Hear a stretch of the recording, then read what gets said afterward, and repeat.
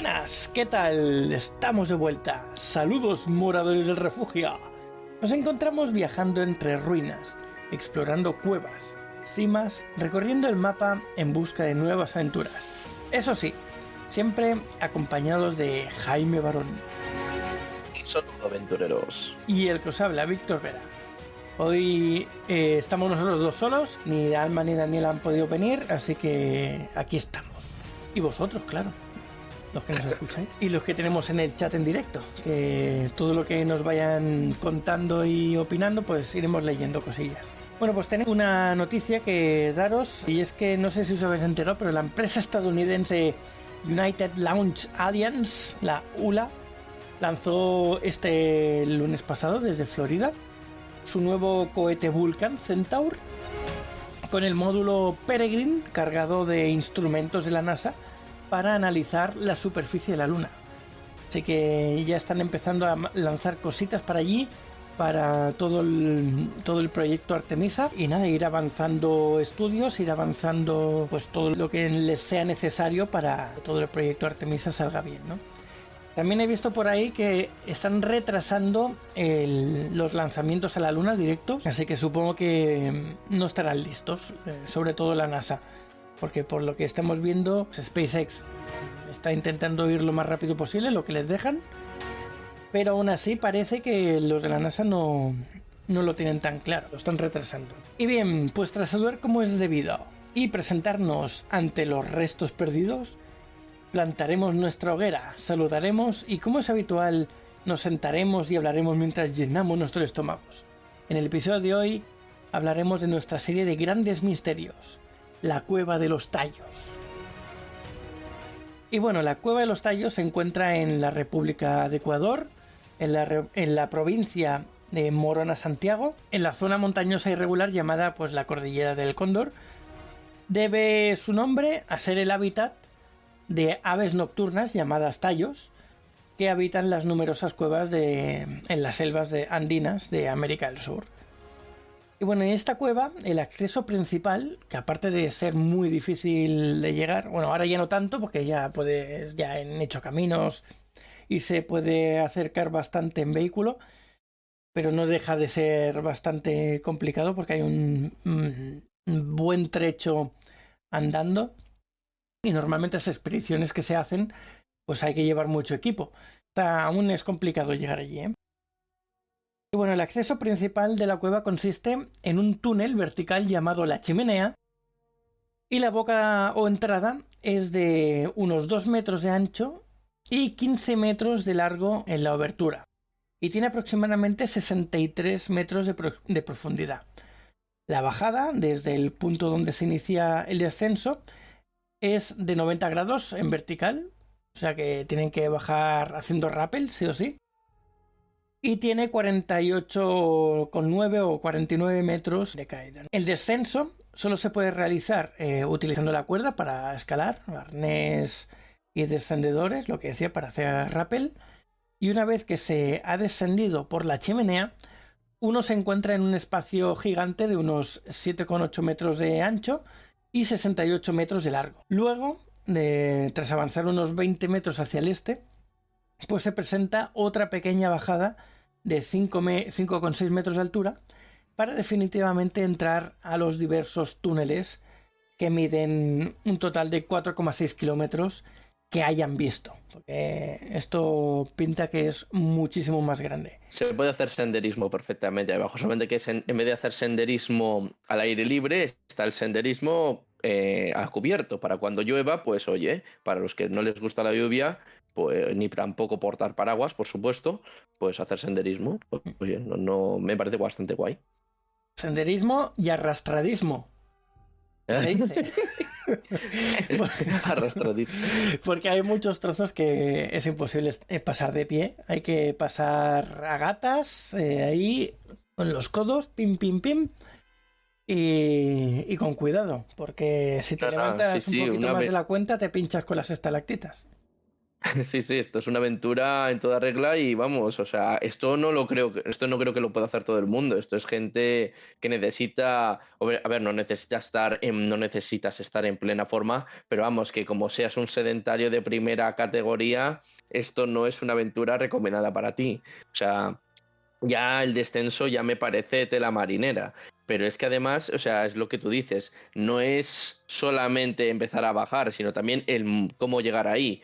Y yo he estado investigando y es que me parece sorprendente porque es bastante complicado, ¿no? O sea, es lo que tú has dicho, se puede llegar a pie. Hay algunos que dicen que se puede también llegar a caballo. Bueno, vale, de acuerdo. También en canoa, aunque esto tampoco es lo más recomendable porque según parece, esto es bastante peligroso. Vas por una zona de un riachuelo llenos de boas y también de serpientes bastante peligrosas. Y bueno, por supuesto, está el modo de los millonarios, el modo de la gente que tiene pasta, el modo que la gente tiene dinero, porque resulta que por cerca de la cueva no os lo vais a creer, ni yo mismo me lo creo, hay un helipuerto, así tal como lo oís, la gente puede ir en helicóptero, o sea, o sea, que tiene narices. Y luego... Cuidado porque la cueva, esto yo creo que también es un dato que es importante revelar, que está en una comunidad de los Shuar. Estos son unos indígenas de la zona y esto a lo mejor el nombre no nos suena, pero esto es importante mencionarlo porque estos indígenas son ni más ni menos que aquellos colonos pues aquellos indígenas que cogían, les cortaban las cabezas a sus enemigos y luego las empequeñecían. No sé muy bien cuál es el proceso, no sé si es que los sumergen en determinados líquidos o líquidos llenos de sales, pero esto ya nos tiene que decir. Y otra cosa fundamental, para descender por las cuevas necesitas el permiso de estos indígenas, de tal manera que conviene no cabrearles. Hay que pagarles determinadas tasas y también pues caerles bien, porque si no, pues puedes encontrarte con que a lo mejor la siguiente adquisición en su colección de cabezas cortadas puede ser la tuya. Fácil y sencillo, ¿no? Totalmente.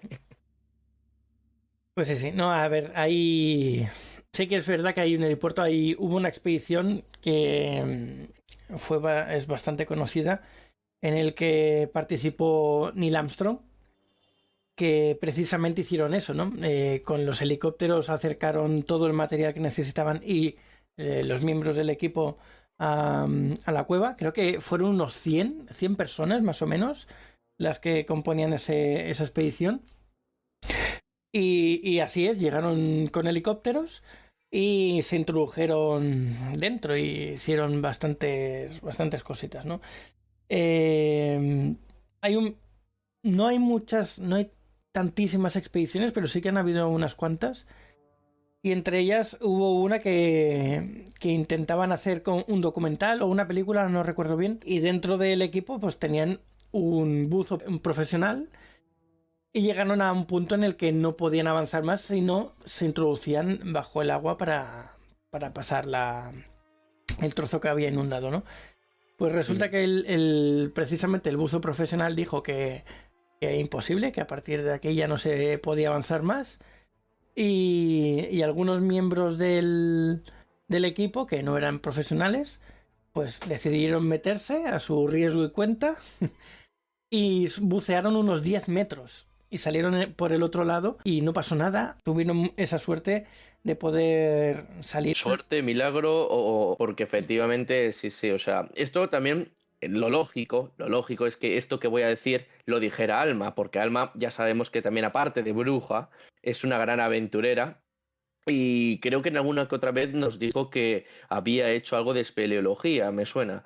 Y la cuestión es que, a ver, no solamente hay que estar en forma, sino que obviamente no puedes ser claustrofóbico, ni mucho menos. Esto lo digo porque, a ver, si en una expedición, ya sean el número, pues yo soy partidario de que las expediciones no pueden superar determinado número. O sea, que cuando me has dicho que fueron 100 personas, es que aquello, bueno, me parece de suicidio. Porque si una persona se queda bloqueada en un túnel corto, o perdón, un túnel pequeño y estrecho, la hemos liado, porque es que no impide el avance o el retroceso de las personas. Y si hay cualquier incidencia, ahí todos pueden morir perfectamente, de tal manera que esto que me estás contando de que se sumergieron a pesar de que el experto dijo que se terminaba el camino, y que luego consiguieran salir con vida, eso es que no sabría cómo calificarlo, no sabría si decir que fue locura o fue valentía. Sinceramente aquí no lo sé, o sea, lo dejo a gusto de clasificación de los profesionales. Sí. Bueno, parece ser que en el momento en el que sucedió eso, que estaban en esa incógnita de si avanzar o no, eran 10 metros, pero también habían otros expertos que sabían cómo funcionaba más o menos lo que son las mareas dentro de la cueva y esperaron a que esa cantidad de agua, bajara y en vez de 10 metros era 1,5 metros, 2 metros de buceo solo.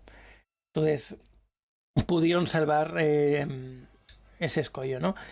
Luego al otro lado parece ser que se encontraron con que, bueno, en el lado previo estaba lleno de fauna, de flora, había mucha vida.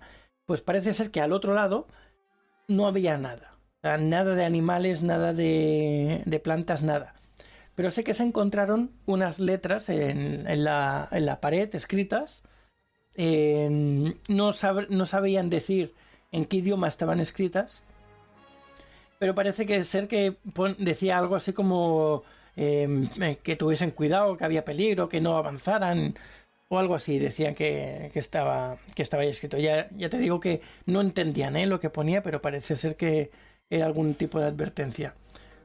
Seguramente ponía enemigos del heredero, temed. La cámara de los secretos ha sido abierta. No, pero fuera de coñas, o sea, esta cueva, según tengo entendido, o sea, creo que empezó a habitarse ya en el Paleolítico, ¿no, Víctor? Sí, estuvo habitada, dicen, o por lo que se ha investigado, lo poco que han podido hacer los científicos, es que ha estado habitada un par de veces, ¿vale? Una es unos 48.000, entre 48.000 años atrás y los 12.000 años atrás, y se vació, o sea, se quedó sin habitantes, y luego volvió a ser habitada a partir del 3.000 antes de Cristo en adelante. No te sé decir hasta qué época exactamente, pero por lo que tienen constancia son esos dos fechas, dos cómputos de tiempo. ¿Tú has encontrado algo en relación a eso? No, o sea, más o menos lo mismo que tú, o sea, más o menos por esas fechas, o sea, también un poco sé que se empezaron a ocupar durante el Paleolítico y luego más tarde en el Neolítico, cosa que también os debo decir que también me parece, pues no sé si también un poco locura, porque es teniendo en cuenta cómo puede vivir una persona a tantos metros de profundidad, y quedarse tan tranquilo, ¿no? O sea, incluso aunque no seas claustrofóbico, a mí incluso me produciría un poco de desasosiego, porque puede suceder cualquier cosa, ya sea por cualquier derrumbamiento o incluso que a lo mejor, pues, el no tener luz o a lo mejor falta de oxígeno, pues son tres motivos más que suficientes para mí para no meterme nunca bajo tierra. Sí. Sí, mira, aquí tenemos a The Hyperman, dice, me recuerda a la película Time Trap de 2017, donde el tiempo pasa más lento. No sé si la habéis visto, la recomiendo, dice. Y Gabrielus dice, es como ir a comer a casa a los suegros, que el tiempo pasa más lento. Después tenemos Fíjate, yo te lo ya... Sí, sí, sí. No, continúa. No, después tenemos a una manía que dice, las letras dicen las que comentaba yo que habían encontrado, que es de la última época, de esa última época que hemos dicho que estaba habitado, y que podrían ser sumerias. Hace 5.000 años no sería igual la cueva, me imagino. Claro, yo entiendo que debería, o igual la hay ahora, o ya se ha derrumbado y ya no es posible, un acceso más sencillo, más a pie de cueva. Porque si actualmente hay que bajar haciendo rappel, no sé en las épocas en las que estuvo habitado si tenían la tecnología, entre comillas, para poder bajar por ahí tranquilamente. Porque si solo se puede descender colgándote, vamos, es muy peligroso. De hecho, yo he investigado y creo que en los diferentes documentos que he mirado da a entender que hay como 5 posibles entradas, pero no sé cómo serán los otros 4, porque uno es el que has dicho de que van descendiendo por la chimenea, que por cierto, vaya nombre. Parece que la bóveda podría haberse llamado la boca del diablo, pero después bajas por la chimenea y llegas a la boca del diablo. Pero vamos, menudo nombrecito le pusieron. Pero las otras 4 no dicen nada, no he conseguido encontrar ningún tipo de información, pero que efectivamente si hay otras posibles entradas y a lo mejor esas otras entradas pues fueron más fáciles o a lo mejor tienen un acceso más sencillo que el que tú has dicho, pues porque descender con una tecnología en la que a lo mejor podríamos decir que es casi inexistente, pues obviamente dificulta mucho el acceso o incluso la convivencia entre las diferentes personas. Sí, mira, aquí Angels nos dice, seguramente no estaba inundada y tendría otros accesos. Sí, yo entiendo que sí. A ver, inundado no está ahora, lo que pasa es que sí que tiene algunos trozos, algunos tramos, que sí que lo están. He podido ver alguna expedición, algún documental, algún vídeo de cómo bajaban y cómo estaban allí dentro viviendo durante unos días. Y es bastante complicado. Bueno, ya el rappel, bueno, es hacer rappel. Si aprendes y te enseñan bien, pues no tiene mucha complicación. Pero claro, una vez ya estás allí abajo, hay de todo. O sea, aparte de los tallos, las aves, por el cual coge el nombre la cueva, que es una especie de búhos rapaces, es un animal que es autóctono de allí. Pues también tienes pues murciélagos, hay tarántulas, hay serpientes, hay bastante fauna. No te sé decir si peligrosa, porque por lo que he visto se les subían encima y tampoco les preocupaba demasiado, pero vamos, que aquello hay vida, vamos, que no estás solo. Sí, o sea, ya sabemos que, a ver, dependiendo en la zona en que estás, pues obviamente la flora y la fauna va cambiando. De hecho, creo que por ahí también están la hormiga de la conga y bueno, esta hormiga, a ver, si te muerde o si te pica, como lo quieras decir, también te inyecta su veneno. No creo que o sea, creo que no es mortal, no lo puedo asegurar, pero sí que es cierto que su picadura te fastidia durante al menos 4 horas o algo así. El veneno, entonces, pues claro, está en tu torrente sanguíneo durante todo ese tiempo y pues bueno, estás molesto, de tal manera que si te pica uno, pues bueno, estás ya solamente con una, estás fastidiado el resto del viaje. Por lo tanto, mucho cuidado donde se pisa y mucho cuidado con no cabrear a la fauna. Claro, luego está el tema de que llueva. Cuando llueve fuera de la cueva, allí dentro entra muchísima agua, pero una barbaridad. Se forman auténticos ríos donde había piedra seca, se convierte en río y imposibilita bastante el paso, el acceso relativamente seguro a las diferentes zonas que tiene, ¿no? No sé. Yo la verdad es que antes de ponerme a investigar más en profundidad, digo, estaría guay, estaría chulo ir allí de expedición y explorar un rato y yo qué sé, ver qué hay por ahí, ¿no? Pero luego ves las condiciones en las que tienes que estar ahí dentro y se te quitan un poco las ganas, ¿eh? No te preocupes, llamamos a Alma y que nos convenza y que nos haga de guía. Sí, sí. Vamos, esto, Alma, vamos, es una pena que no esté, pero puedo poner la mano sobre el fuego que estos temas le encantan. Sí, cuando esté ella, habría que hacer una segunda parte de esto, pero bueno. Bueno, después de la zona donde nos hemos quedado, ¿vale? El primer descenso que estábamos comentando. Luego toca descender una segunda bajada y se encuentran unas formaciones que parecen estructuras arquitectónicas. sea, no son naturales. Ángulos rectos de 90 grados, rollo como si fuesen con puertas de hangares gigantes, pero en piedra, ¿no? No sé, paredes y un túnel geométrico creados por la erosión del agua, dicen, pero es complicado, ¿no? Ángulos rectos no parece tan natural, vamos.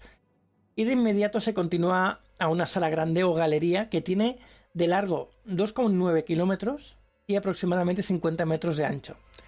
Y mantiene una altura promedio de 15 a 35 metros. Hay bastante espacio, hay una bóveda gigante y ahí es donde encontramos lo que decía, ¿no? La puerta está con ángulos rectos que parece que la crearon. Parece creada por gigantes. Pues es curioso porque a mí justamente creo que en un momento dado se menciona este tema y da a entender que, en fin, mira, justo, la última expedición fue en el año 2012 que por el explorador polaco Joris Jarkinski, creo que se dice, y bueno, y el pavo, a pesar de todo esto que estás mencionando, el tipo concluyó que la formación de la cueva es de origen natural, o sea, geológica, no es que estuviera alguien ahí dándole al martillo, o sea, por lo tanto no es arqueológica, lo cual, pero claro, estos datos que mencionas, pues me choca bastante. Es complicadito el tema. Hay un montón de teorías con esto y sí. La expedición científica que te digo, que estuvieron ahí 5 días acampados, es de hace 4 años. Vale, de acuerdo. Entonces, he cedido una fuente que no es del todo fiable. No han actualizado los archivos. Pues bueno, si fue hace 4 años, entonces Joris, el polaco este, pues se equivocó. Se equivocó por completo. No, por lo que estuvieron contando, vamos, nadie había entrado a hacer una expedición puramente científica, biológica. Y bueno, están analizando, no sé si habrán, entiendo que sí, ya hace 4 años. Estaban analizando todos los hongos, todo lo que pudiese haber ahí abajo. Y vamos, casi que aseguraban que encontrarían cosas que no son normales en el exterior. Pero bueno, eso habría que investigarlo para la segunda parte, cuando esté Alma con nosotros. Cierto, el descubrimiento de la cueva, no sé si tú estarás de acuerdo conmigo, que fue un tanto curioso, porque, a ver, hay muchos misterios alrededor de esta cueva y, claro, como no puede ser de otra forma, como la cueva está situada en América, ya sabemos que en la zona de latinoamericana captó muchísimo interés para toda Europa y al resto del mundo, sobre todo cuando descubrieron la gran cantidad de oro que había por ahí. Pero no fue tanto el oro lo que el descubrimiento de la isla, o sea, los indígenas descubrieron esta zona precisamente por el animal en sí, los tallos, que se convirtieron, si mal no recuerdo, en alimento para los propios Shuar, que pues estaban buscando alimento y los encontraron. Te iba a preguntar que no sé si tú has encontrado algo que desmienta esto. Sobre los Shuar no he encontrado mucha cosa. Yo he encontrado más, que no sé si has encontrado tú lo del padre Crespi, ¿te suena? No, el padre Crespi no me suena ese. Bueno, es un religioso que lo mandaron hacia Ecuador y encontró, pues esto, ¿no? Los indígenas de ahí, tratando con ellos, ayudándoles a aprender, porque montó a algunas escuelas, vamos, que dedicó su vida a ayudarlos, ¿no? A los indígenas a adaptarse a la vida más civilizada, ¿no? Porque ellos solos no les hace falta ninguna ayuda para sobrevivir, pero sí que les ayudó sobre todo en lo que es la comunicación entre la civilización y los indígenas allí. Entonces le tenían bastante respeto, le estaban bastante hermanados y ellos sí que tenían bastantes objetos que decían que sacaban de la propia cueva y que se lo iban regalando a este padre, ¿no? Al padre Crespi. Y se dice que creó el museo más grande que existe o que existió en la época y en el que expuso unas 8.000 figuras, objetos que los propios indígenas le iban regalando. Y entre ellos hay tabletas de oro macizo, no bañado, no, macizo, con escrituras, figuritas de animales, figuritas de lo que parece ser eran dioses, un montón de cositas que habían allí dentro de la cueva. Y según dicen, aún hay más cosas allí dentro. Entonces, ¿Estás diciendo? Espera, Víctor. ¿Estás diciendo que sigue habiendo oro por ahí? oye, pues vámonos, que estamos tardando, vamos antes, o sea, cogemos y dejamos de trabajar, nos vamos, sacamos unos cuantos lingotes y nos hacemos ricos. De aquí, con lo que acabas de decir tú ahora, vamos a la primera teoría conspiranoica, ¿vale? Porque, claro, eso mismo pensaron los de la expedición esta que te he dicho antes, que eran 100 personas, ¿vale? Iban con esa intención de recorrer los túneles y encontrar esa sala donde estuviese todo el tesoro. ¿Qué pasó? Que no lo consiguieron, o al menos eso dijeron oficialmente. Seguramente sí que encontraron algo, siendo tantos moviéndose por ahí, pero oficialmente no. Ya empezamos aquí a movernos como en las películas de la búsqueda. A mí no sé si te pasa a ti, pero a mí me recuerda un poco a las películas de la búsqueda con el Nicolas Cage, que bueno, no, pues aquí viene el alerta spoiler, por supuesto, no podemos olvidarlo, que el tío pues va investigando diferentes tipos de pistas hasta llegarles y esas pistas al final conducen a un gran tesoro perdido a lo largo de la historia. Pues aquí tenemos algo parecido. Sí. Mira, nos dicen por el chat, por las imágenes a mí me da a entender que era una estructura mucho mayor y ha quedado enterrada. Lo que decíamos de la puerta esta gigante tallada con ángulos rectos. Onamanía dice, eso lo decía de Hyperman. Onamanía le contesta, podría haber sido una especie de iglesia. Luego le contesta, sí, algún lugar de culto como el de los mayas. Onamanía dice, las puertas grandes se ven en todo tipo de edificios sagrados de todas las religiones, tienen un cierto simbolismo. Sí, lo que decía yo, ¿no? De Hyper me dice una iglesia y casualmente el padre Carlos Crespi Crozzi era un hombre de iglesia. Yo no creo que se construyera en la época del padre Crespi. Yo creo que esto viene de mucho, mucho, mucho más atrás. Pero no lo vamos a saber. Al menos no de momento. Que ver qué nos dicen los expertos, ¿no? Porque si han conseguido datar algunas veces con cuánta gente o hace cuánto tiempo la gente vivió, pues yo creo que deberían de ser capaces de datar si fue en la época de Carlos Crespi o si fue anterior. En cualquier caso, si fue anterior, entonces, bueno, podríamos decir que fue un lugar de oración o de culto a los dioses de los indígenas que vivían en aquel entonces, que probablemente fueran los mismos Shuar. Sí, mira, dice también una manía y unas supuestas tablillas que se llevaron los yanquis, eso dicen los de la tribu. Claro, es lo que decía. La expedición está tan gigante, oficialmente no encontraron nada, pero se llevaron cosas, porque los de la tribu, como dice también una manía, los seguramente les vieron cargar y de igual manera que llegaron con helicópteros para traer material, equipo, también con los helicópteros los cargaron, parece ser con mucho más material, equipo del que trajeron, ¿no?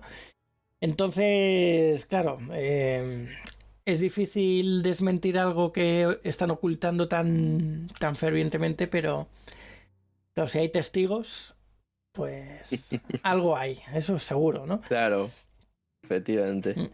Yo te quería hacer una pregunta a ti, Víctor, ahora poniéndonos en serio. Supongamos hipotéticamente que bajas ahí y encuentras el tesoro. ¿Cómo haces para, o bueno, en caso de que te lo quieras llevar, cómo haces para llevártelo?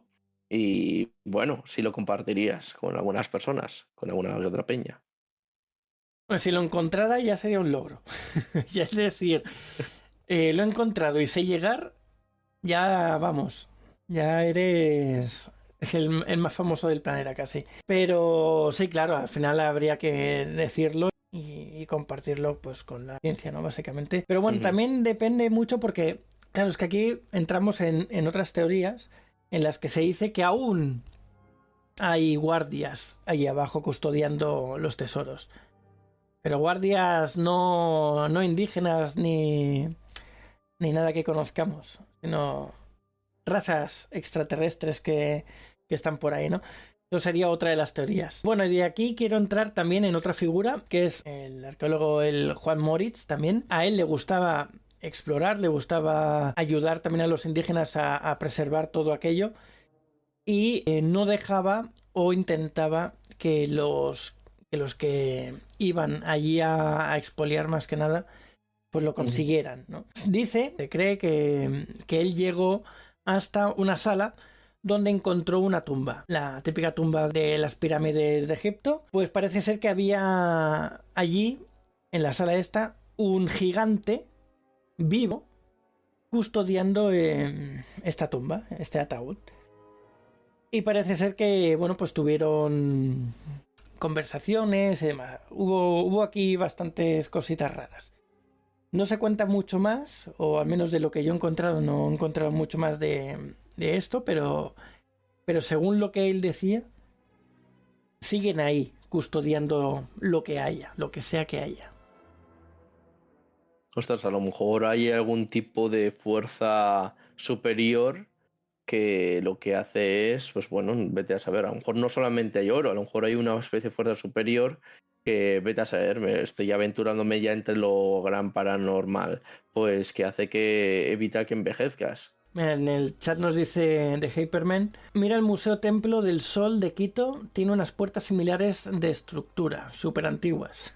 También dice: hola, soy Juan Moritz y soy alcohólico, digo arqueólogo. Sí, seguramente, a ver, todos tendrán sus etiquetas, ¿no? Y puede ser que lo que diga sea verdad o sea mentira, pero no lo sabremos hasta que alguien encuentre otra vez lo que se supone que él dijo que existe por ahí. También dicen que hay solo 4, no llega a 5 kilómetros de túneles, pero claro, tampoco se ha investigado todo. También hay teorías que dicen que allí hay muchos kilómetros más de túneles. Y por lo que dicen, hay túneles que llegan incluso a otros países, o sea que hay entradas a la misma cueva desde otros países. O sea, para que veas la extensión que dicen que tienen esas cuevas.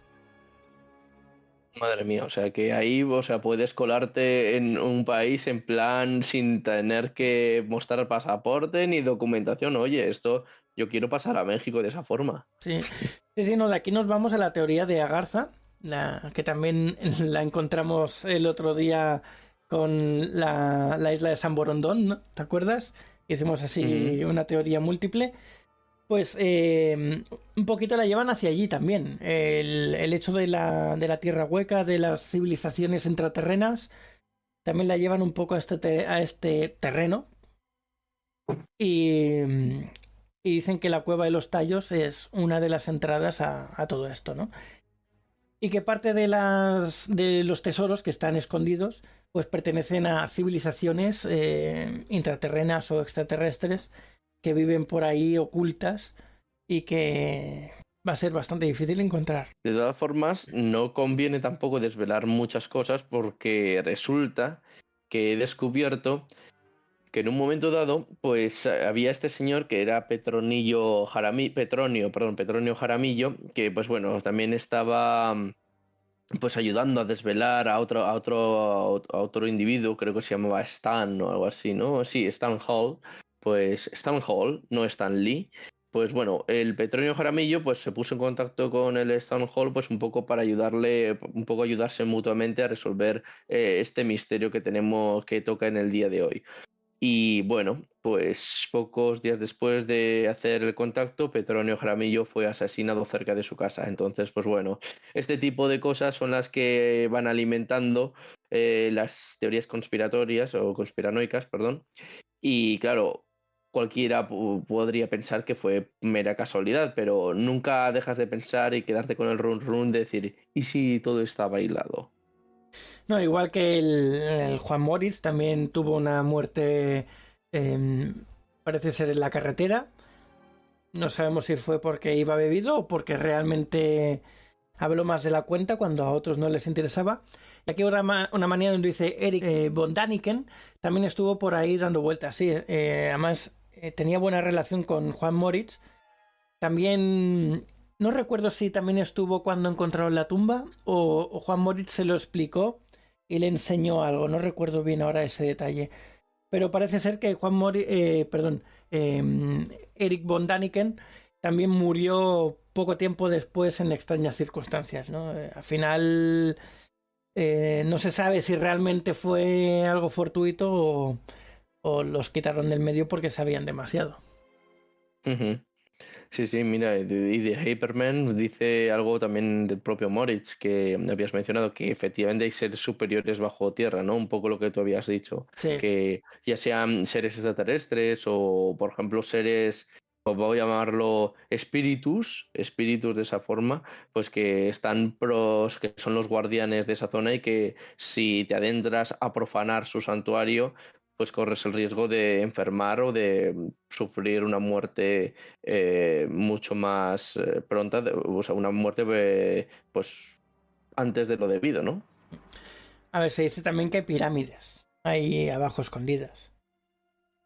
Así- Ostras, pues si las pirámides son lo que en su momento dijisteis, las bases de extraterrestres de lo de Expanse, ¿no? ¿Te acuerdas que lo No, esto mencionaste? es de Stargate. Ya hemos dicho Stargate, una. perdón, Stargate, ya lo Stargate. tenemos. Justo. Final Fantasy VII, esta es la otra. Sí, sí, sí. Sí, Vamos sí, no, hay que cumpliendo ir cumpliendo, objetivos. sí, sí, hay que ir cumpliendo los objetivos. Ya, check, ya tenemos los dos. Eso es. Pues claro, si están ahí abajo las pirámides, entonces eso quiere decir que también, quién sabe, a lo mejor eran las bases de aterrizaje, las bases de los extraterrestres. Mm. Claro, se dice que son puertos espaciales, ¿no? Espaciales, pero dentro de la Tierra, Ujú. donde aterrizan las naves, como se ve en Stargate, supuestamente. Eh, y bueno, también se dijo hace tiempo ya que las pirámides eran centros de concentración energética para, bueno, para lo que te puedas imaginar, ¿no? Hay un millón de teorías sobre la energía en este caso. Luego hay otra cosa muy curiosa, lo de Armstrong, Neil Armstrong.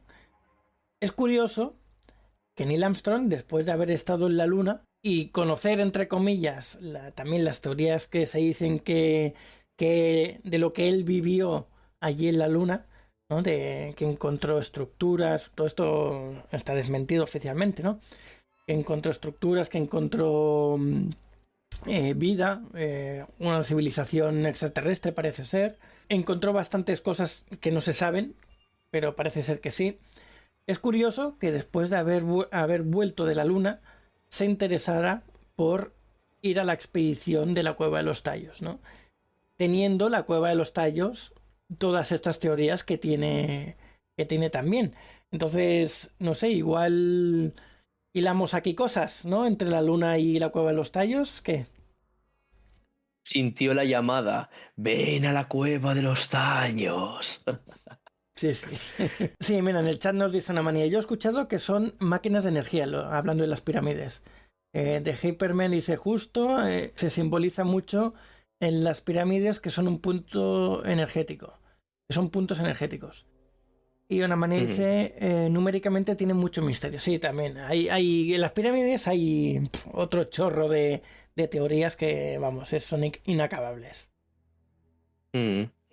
Sí, sí, sí, fíjate tú, o sea, a ver, que también, creo que también en el Imperio Inca, ¿no? También había pirámides por ahí, ¿no? Que lo que hacían era justamente concentrar la energía y de esa manera, pues, bueno, pues a lo mejor son puntos efectivamente en los cuales, pues, por los cuales, donde la energía se concentraba mayor y decidieron construir los monumentos ahí. Creo que fue con Pizarro, cuando llegaron los españoles allí a Sudamérica, Mm. con Pizarro y no recuerdo si era Atahualpa o Moctezuma, no me acuerdo ahora. ¿Con quién? Moctezuma es del Imperio Azteca y del Imperio Inca es Atahualpa. Eso, pero no recuerdo ahora con cuál se reunió, con cuál tenían ahí piques, que al final acabó cargándose uno de ellos, el propio Creo que Pizarro. fue con el Inca y creo que el Azteca corresponde a Cortés. Mm. Bueno, pues resulta que antes de ejecutarlo, pues le prometió que podría llenar una sala enorme llena de oro y otras dos salas llenas de plata, ¿no? Y aun habiendo hecho esto, Pizarro lo ejecutó. Y se dice que mucho de ese oro y esa plata provenía de las profundidades de la tierra y no se refiere a minas excavadas, sino a la cueva de los Tallos y todos los túneles que a la cueva de los Tallos, donde se esconden todos estos tesoros que no sabemos aún de dónde provienen. Pero parece ser que las dos historias convergen en este punto, ¿no? Que los tesoros que le acercó a Pizarro provenían de todas estas cuevas que hay ocultas bajo la tierra, ¿no? Y entre ellas la de la cueva de los tallos. Vamos, que nos hemos quedado sin el oro, Víctor, se nos Sí. han adelantado. Adiós, tendremos que seguir dándole al pico y pala para seguir ganando el pan del día a día. Adiós al sueño de ser millonario. Bueno, por las teorías aún dicen que hay muchísimas cosas ahí abajo, así que ya te digo, si al padre Crespi le dieron unos 8.000 objetos, que seguramente igual fueron más.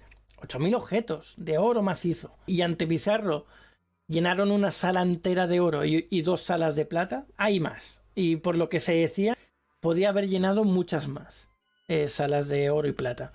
Así que por quedar, seguro que queda.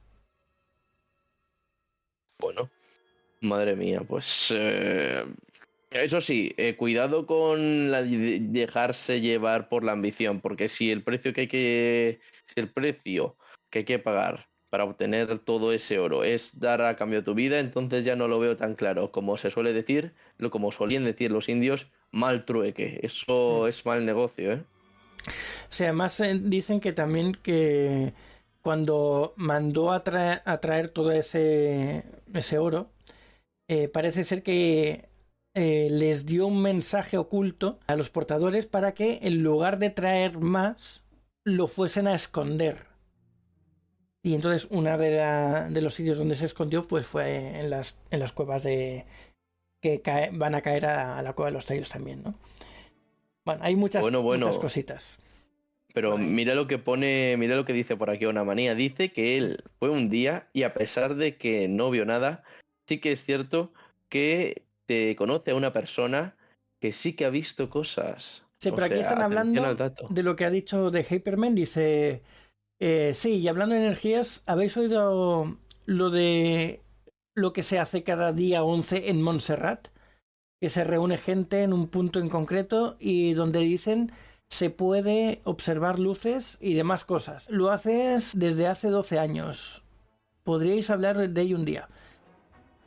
Sí, luego hizo una manía esto. Yo fui un día, no vi nada, pero una persona que tengo bastante respeto sí ha visto cosas. Sí, yo he querido ir bastantes veces allí. Lo que pasa es que el día 11 estaría bien que cayese en viernes o en sábado. Eso para empezar. Y luego cuando cae en viernes o en sábado, no se te ocurre ir. Así que es complicado. Hay que organizarlo, sí. Una manía. A ver si lo organizamos un día y vamos. Porque tengo ganas de ir, la verdad. La cuestión es que quedan abajo de la montaña y suben todos hacia la zona donde dicen, ¿no? Y por lo que se dice, en el punto más alto de la montaña, allí, a unos 5 metros de altura, hay un portal dimensional, por lo que se dice. Entonces, claro, si consigues llegar hasta ese punto, o más o menos cerquita para poder visionar este trozo de cielo, pues ahí es donde más o menos, o supuestamente, deberían pasar las cosas, ¿no? Con los portales dimensionales estos. Nos teletransportamos a una realidad alterna o... Bueno, sí, ya conocemos el multiverso.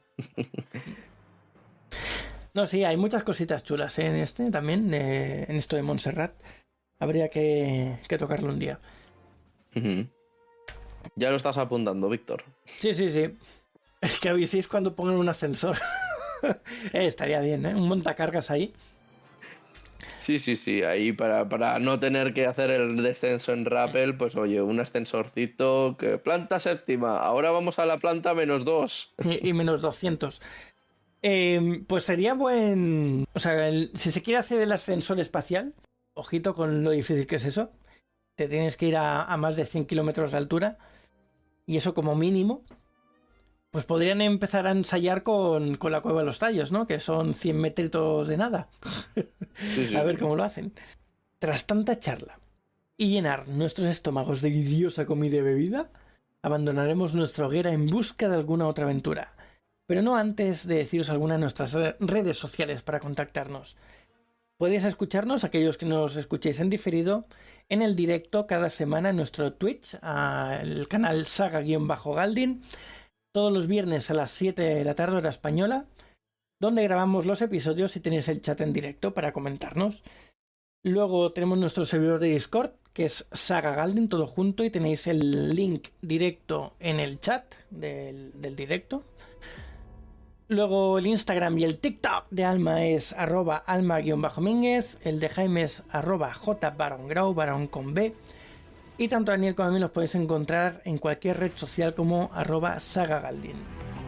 Así que muchas gracias por escucharnos y nos vemos pronto en el siguiente programa de Refugio el Aventurero. ¡Buen viaje, aventureros! Pues muchas gracias por haber estado ahí, mis queridos aventureros y exploradores. Coged el látigo, coged el revólver y el sombrero, no os lo olvidéis, y a seguir explorando.